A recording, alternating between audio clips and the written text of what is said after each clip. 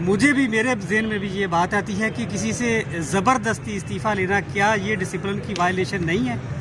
और ये MPs MNs कोई भेड़ बकरियाँ होती हैं कि जब जी चाहा इनको कहा कि आ जाएं इधर बैठते हैं, जब जी चाहा कह दिया कि फ़लाँ की हमने मुखालफत करनी है। अब 35 साल मुस्लिम लीग नून की लीडरशिप जो है वो मुझे और मेरे दीगर साथियों को ये पढ़ाती रही कि पीपल्स पार्टी जो है वो मुल्क दुश्मन जमात है, तो अब वो मुहिब वतन जमात कैसे होगी?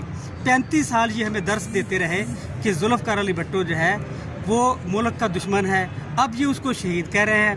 35 साल ये हमें दर्स देते रहे कि औरत की हुक्मरानी जायज़ नहीं है। अगर उस वक़्त 35 सालों में औरत की हुक्मरानी जायज़ नहीं थी तो अब मरियम की हुक्मरानी जो है वो किस तरह से जायज़ हो गई?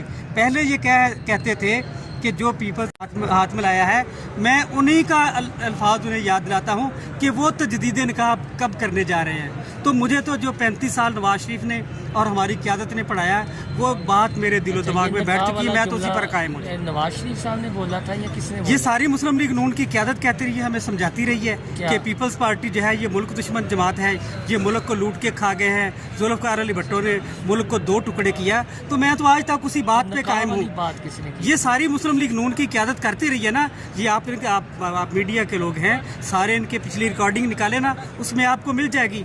अगर इन्होंने ये बात कही है तो फिर मुझे ये बताएं कि हमें तो ये दर्स देते थे कि पीपल्स पार्टी से हाथ मिलाने से निकाह टूट जाएगा, तो अब जिन्होंने पीपल्स पार्टी से हाथ मिलाए हैं वो तजदीद निकाह कब करने जा रहे हैं? अच्छा, दूसरा ये कि ये पाएंगे आप